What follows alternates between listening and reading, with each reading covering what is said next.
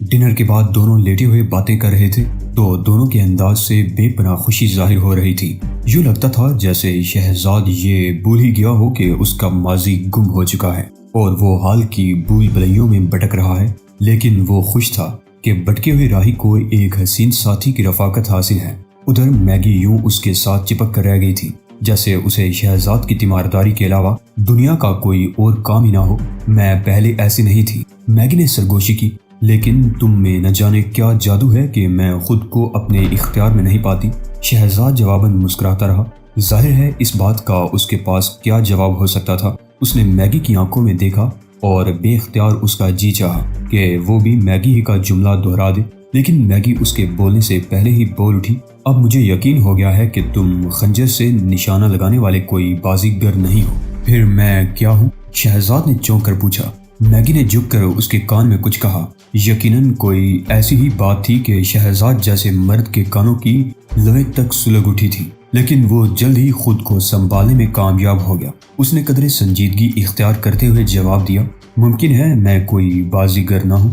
یہ بھی تو ہو سکتا ہے کہ اس انداز میں خنجر پھینکنا میرا مشغلہ رہا ہو، اور کون کہہ سکتا ہے کہ میں باقاعدہ اس پیشے سے ہی وابستہ ہوں۔ اگر ایسا ہے تو تم نے غلط پیشہ اپنا رکھا ہے۔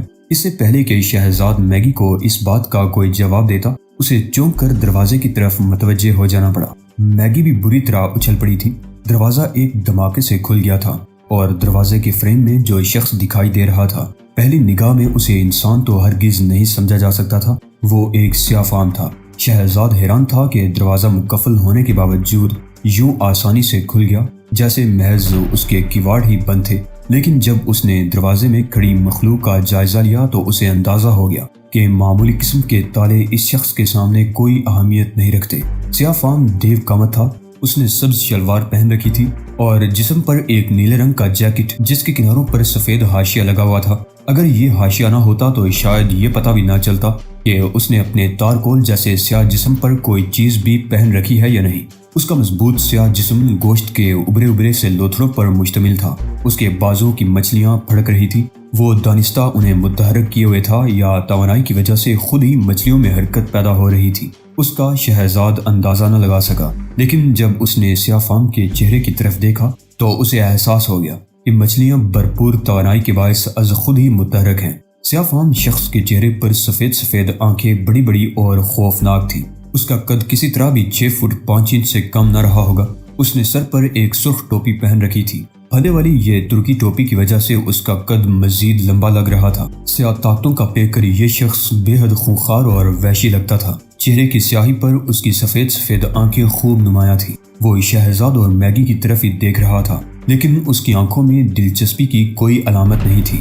میگی نے اس پر نگاہ پڑتے ہی حلق سے خوف کی ایک دبی دبی سی چیخ نکالی اور بستر کی چادر کو اپنی ٹھوڑی تک کھینچ لیا۔ تم غلط جگہ آ گئے ہو دوست، شہزاد نے بلند آواز میں کہا۔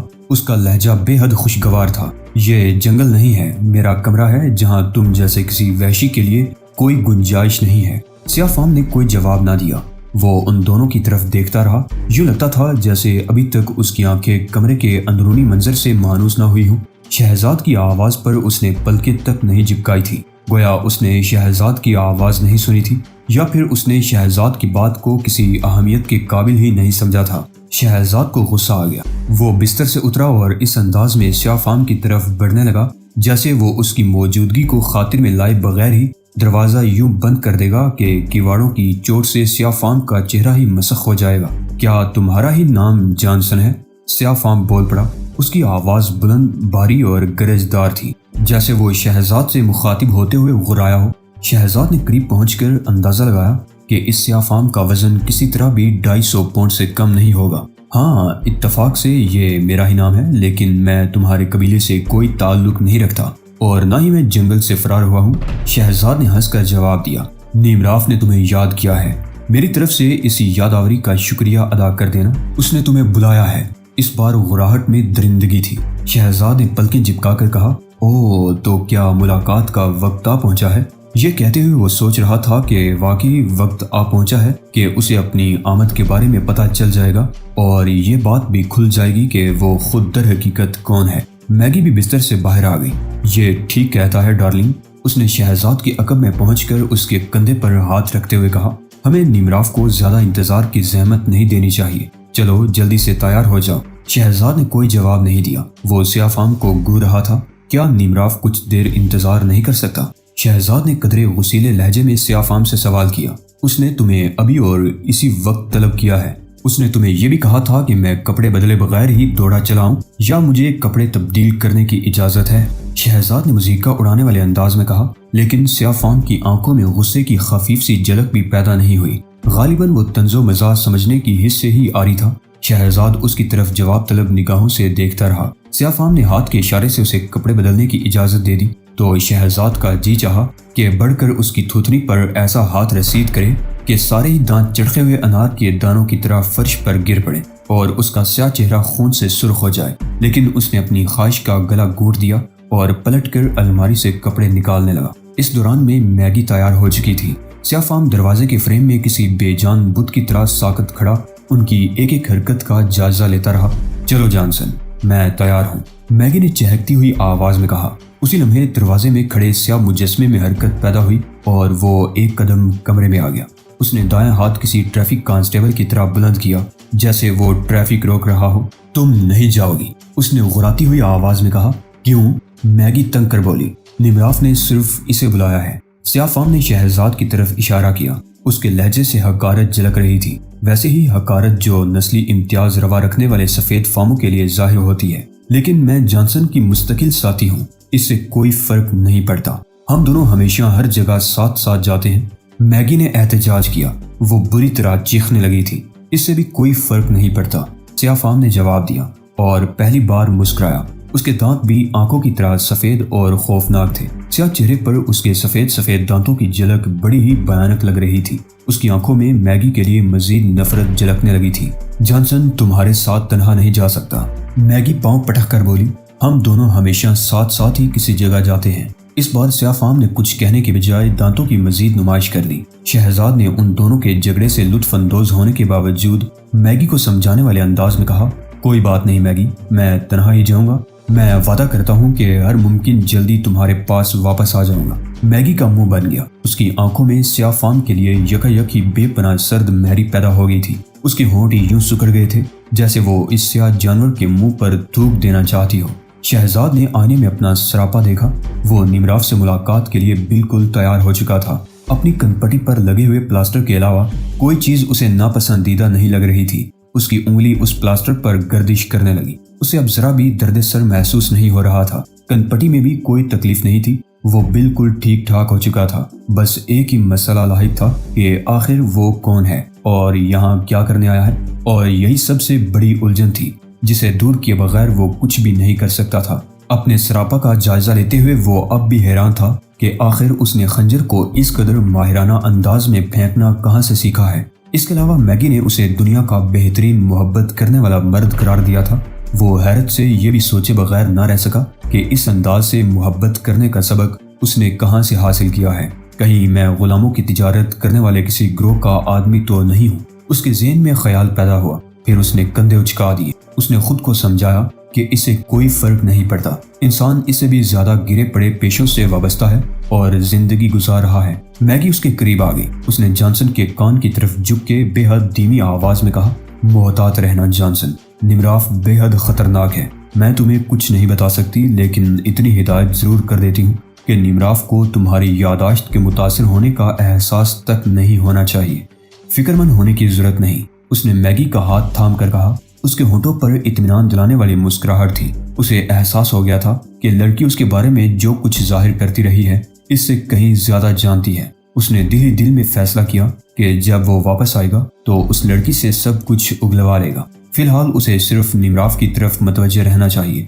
وہ اس سیاہ فام کی طرف پلٹا جو اسے لینے کے لیے آیا تھا۔ چلو کنگ کانگ کے بیٹے، کہاں چلنا ہے؟ شہزاد یہ کہہ کر دروازے سے نکل گیا۔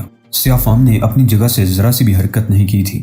راہداری میں جب شہزاد کو تنہائی کا احساس ہوا تو وہ یہ دیکھنے کے لیے پلٹا کہ سیاہ فام کمرے میں کیوں رک گیا ہے۔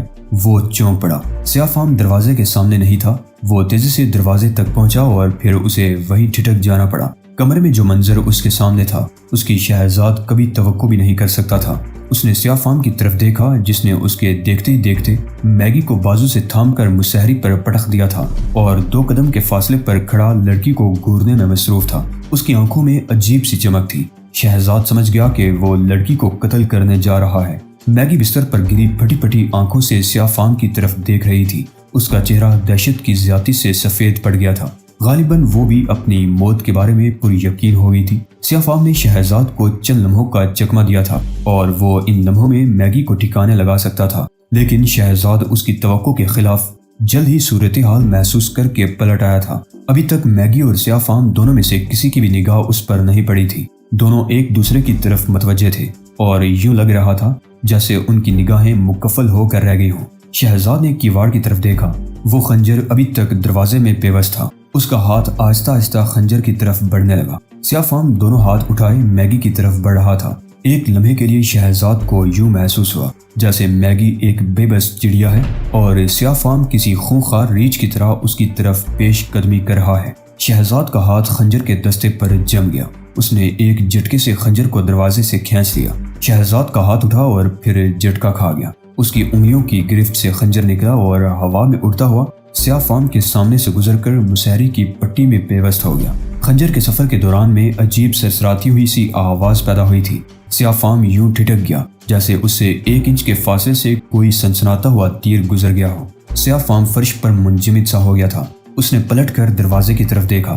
کنگ کانگ کے بیٹے، شہزاد کے لہجے میں اس بار خونخواری کی جھلک تھی، اگر تم نے 1 انچ بھی آگے بڑھنے کی کوشش کی تو میرے دوسرے خنجر کا نشانہ تمہارا نرخرا ہوگا۔ سیاہ فام کی آنکھوں میں لمحے بھر کے لیے ایسی چمک پیدا ہوئی جیسے وہ شہزاد پر حملہ کرنے کا ارادہ کر رہا ہو، لیکن اگلے ہی لمحے اس نے اسبات میں سر ہلا کر گویا خود کو اس ارادے سے باز رکھنے پر آمادہ کر لیا۔ وہ خاموشی سے دروازے کی طرف آیا اور شہزاد کے قریب سے گزر کر باہر چل دیا۔ شہزاد نے میگی کی طرف دیکھا۔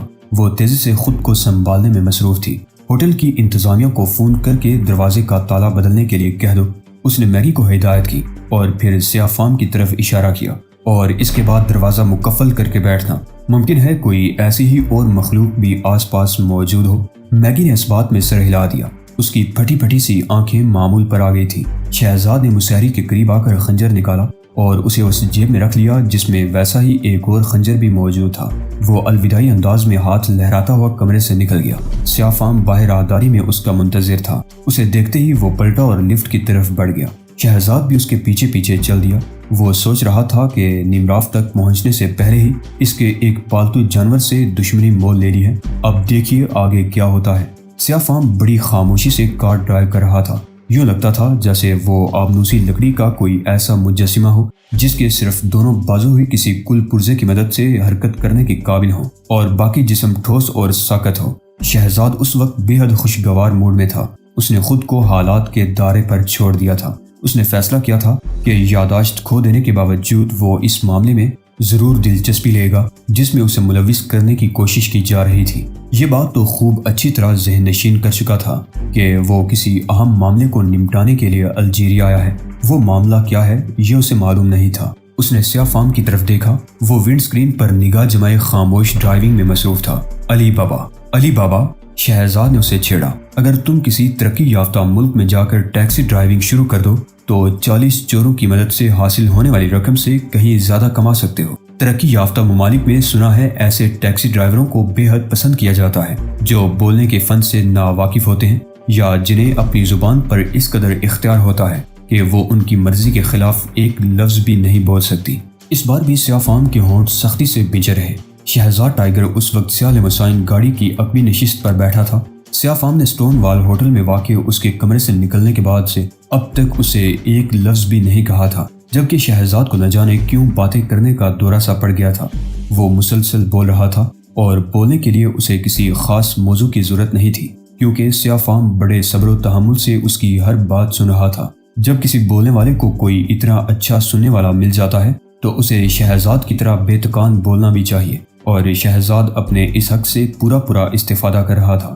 دراصل وہ اپنے ذہن کو اس خیال سے ہٹائے رکھنا چاہتا تھا کہ وہ اپنی یادداشت کھو چکا ہے۔ اسے اس سیاہ فام سے بے پناہ نفرت محسوس ہو رہی تھی۔ یہ نفرت فطری تھی، لیکن جب اس نے میگی پر دست درازی کی تھی تب سے اس نفرت میں اضافہ ہو گیا تھا۔ اس شدید نفرت کے باوجود وہ مسلسل اس سے باتیں کر رہا تھا۔ ممکن ہے ان تضحیک آمیز باتوں کے پس منظر میں سیاہ فام سے الجھ پڑنے کی شدید خواہش کار فرما رہی ہو، جسے شہزاد اب تک ہر ممکن حد تک پہلو تہی کرنے کی کوشش کرنا چاہتا تھا، لیکن بے قابو زبان کو لگام ہی نہیں پڑ رہی تھی۔ ویسے اب وہ بہت زیادہ بولتے بولتے اکتاہٹ کا بھی شکار ہونے لگا تھا، اس لیے وہ دائیں بائیں کے مناظر میں دلچسپی لینے پر مجبور ہو گیا۔